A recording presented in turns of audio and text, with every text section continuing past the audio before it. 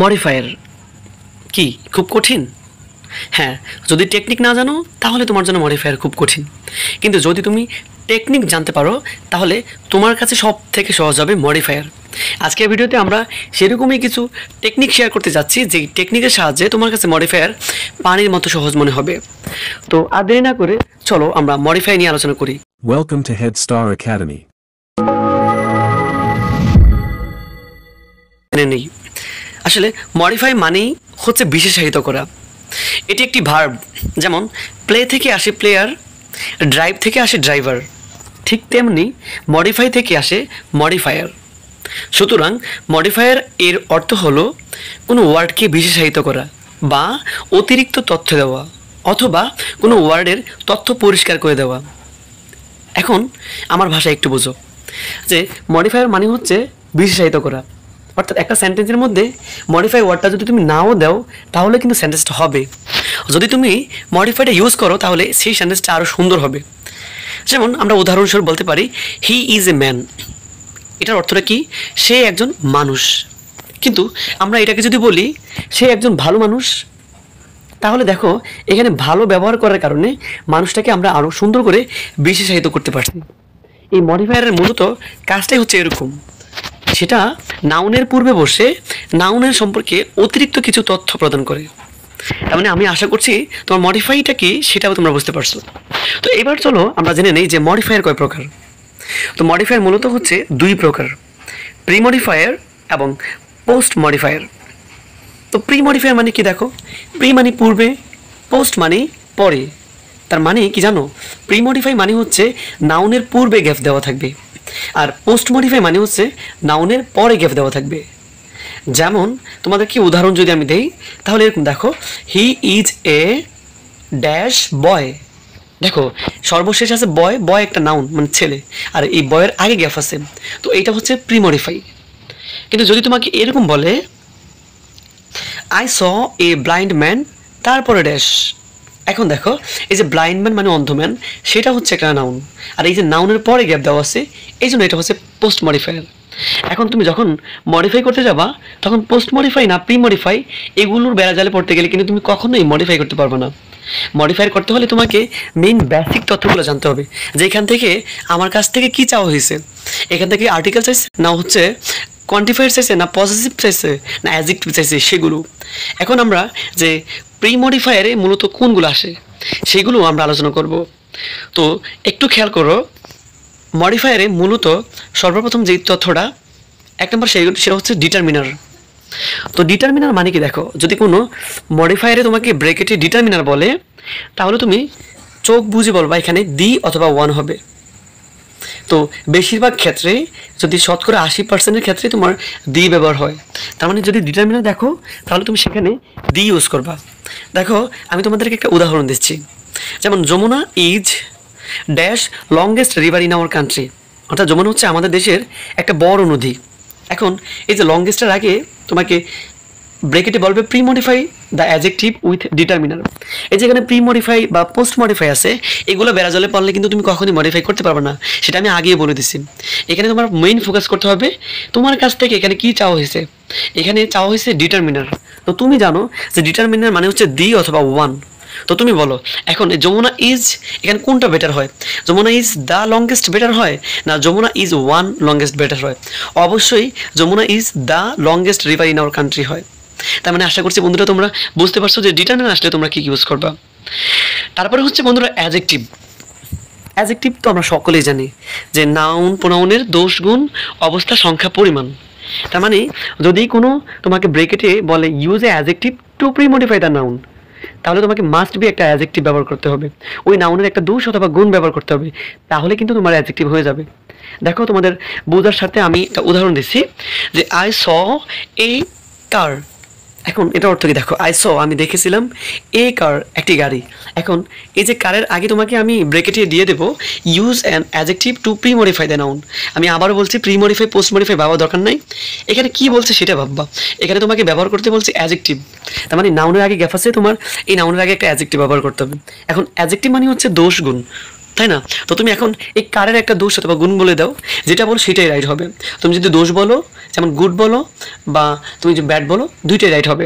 যেমন এখন আমরা গাড়ি তো আর গুড হয় না, তাই না? তো আই স এ আমরা বলতে পারি হচ্ছে রেড কার, আমি একটি লাল গাড়ি দেখলাম। অথবা বলতে পারি আই স এ ব্রোকেন কার, আমি একটি ভাঙ্গা গাড়ি দেখলাম। মানে দুইটাই রাইট, তুমি যেটা ইউজ করো। তুমি দোষ বললেও রাইট, গুণ বললেও রাইট। আশা করছি অ্যাডজেক্টিভটা তোমরা পারবা, মাস্ট বি। তারপরে দেখো ইনট্যানজিফায়ার। যদি তোমাকে কখনো ব্রেকেটে বলে ইনট্যানজিফায়ার, তাহলে তোমাকে ব্যবহার করতে হবে ভেরি অথবা মাছ। তবে আমি সাজেস্ট করব তোমাকে ব্রেকেটে যদি ইনট্যানজিফায়ার বলে তারা বলেই দেয়, তুমি মাস্ট বি ভেরি ইউজ করবা। তো দেখো আমি তোমাদেরকে উদাহরণ দিয়ে দিছি, Shakib Al Hasan is a good player. এখানে গুডের আগে তোমাদেরকে আমি দিয়ে দিচ্ছি pre modify the adjective with an intensifier. এখানে তোমার কিছু ভাবা দরকার নেই যে কি করতে বলছে, তোমাকে বলছে এখানে ইনটেনজিফাই ব্যবহার করতে একটা। তো ইনটেনজিফায়ার তুমি তো জানো ভেরি অথবা মাছ। তো এখানে আমি বলছি তোমাদেরকে শতকরা 90%ই ভেরি ইউজ হয়। তার মানে সাকিবুল হাসান তুমি নিজে দেখো ইজ এ ভেরি হয় না মাছ হয়, ভেরি দিলে সবচেয়ে সুন্দর হয়। দেখো Shakib ul Hasan is a very good player, Shakibul Hasan হয় একজন খুব ভালো প্লেয়ার। আশা করছি তোমরা এটা বুঝতে পারছো। তারপরে বন্ধুরা দেখো পসেসিভ, মোস্ট ইম্পর্টেন্ট একটা জিনিস। পসেসিভ এটা বুঝতে হলে তোমাকে প্রোনাউন ভালো করে বুঝতে হবে। আমরা জানি প্রোনাউন মানে হচ্ছে আমি, তুমি, সে, তারা, এগুলো প্রোনাউন। এখন আমি মানে আই, আমরা মানে উই, দে মানে তারা, হি মানে সে, আর সি মানেও সে, আর ইট মানে হচ্ছে এটা। এখন তোমাদের এই যে এইগুলোর প্রোনাউনের অবজেক্ট ফর্ম এবং পজিটিভ ফর্ম জানতে হবে, তাহলে কিন্তু তুমি পজিটিভ করতে পারবা। যেমন তোমাকে যদি একটা সেন্টেন্সে বলে পজিটিভ ব্যবহার করো, আর ওই সেন্টেন্সে যদি বলে দেওয়া থাকে সাবজেক্ট হিসেবে আই, তখন তোমাকে ব্যবহার করতে হবে মাই। আর যদি সাবজেক্ট হিসেবে দেওয়া থাকে দে, তাহলে পজিটিভ ব্যবহার করতে হবে দেয়ার। যদি সাবজেক্ট হিসেবে দেওয়া থাকে উই, তাহলে পজিটিভ ব্যবহার করতে হবে আওয়ার। তেমনি তোমাদেরকে আমি সবগুলো দিয়ে দিচ্ছি, দেখো কোনটা কোন ফর্ম হয়। প্রথমটা হচ্ছে সাবজেক্ট ফর্ম, দ্বিতীয়টা হচ্ছে অবজেক্ট ফর্ম, এবং তৃতীয়টা হচ্ছে পজিটিভ ফর্ম। তাহলে আই এর হচ্ছে অবজেক্ট মি এবং পজিটিভ হচ্ছে মাই। উইর হচ্ছে আজ এবং আওয়ার।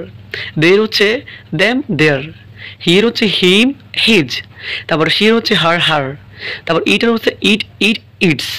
আশা করছি বুঝতে পারছো। যদি পজিটিভ হয় তাহলে তুমি বাক্যের সাবজেক্টের উপর নজর দিবা।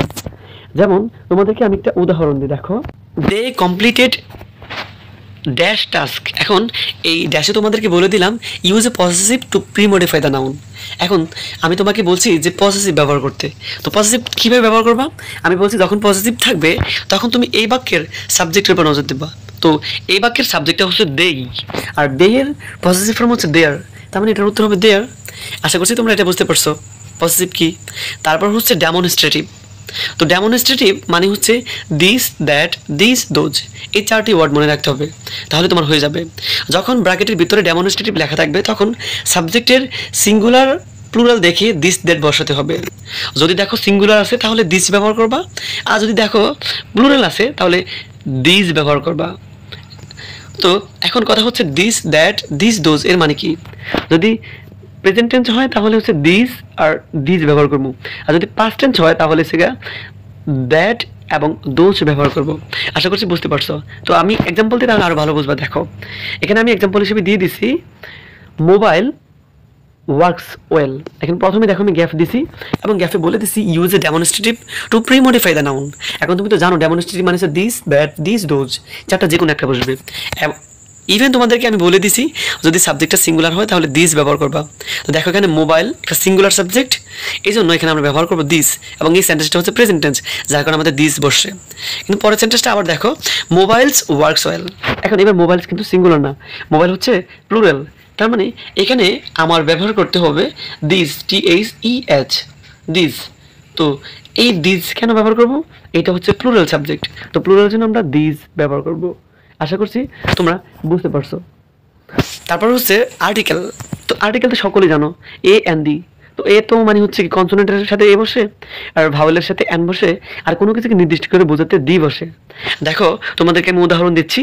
আমরা এখানে বলতে পারি they bought dash football from the market. এখানে ফুটবল কিনতে গেছে তারা, মানে দে বট এই ফুটবল, তাহলে they bought a football from the market. আমরা আরও বলতে পারি আই হ্যাভ ড্যাশ পেন। তো এখানে দেখো আই হ্যাভ কোনটা মিলে, এ পেন মিলে নাকি অ্যান পেন মিলে? অবশ্যই এ পেন মিলে, আই হ্যাভ এ পেন। আবার যদি আমি বলতাম I have dash red pen, এবার কিন্তু বন্ধুরা দেখো যে ড্যাশের পরে রেড পেন আছে, মানে নির্দিষ্ট করে বলে দিচ্ছি আমি রেড পেন, যে আমার একটা লাল কলম আছে। যখন তোমাদেরকে আমি নির্দিষ্ট করে বলে দেব, প্রশ্নে নির্দিষ্ট করে বলে দিবে যে তোমার লাল কলম বা নীল কলম এরকম নির্দিষ্ট করে বলে থাকবে, তখন তোমাকে দি ইউজ করতে হবে। তার মানে এটার মধ্যে হবে I have the red pen. তো তারপর হচ্ছে কোয়ান্টিফায়ার। কোয়ান্টিফায়ার তো আরও সহজ। কোয়ান্টিফায়ার মানে হচ্ছে,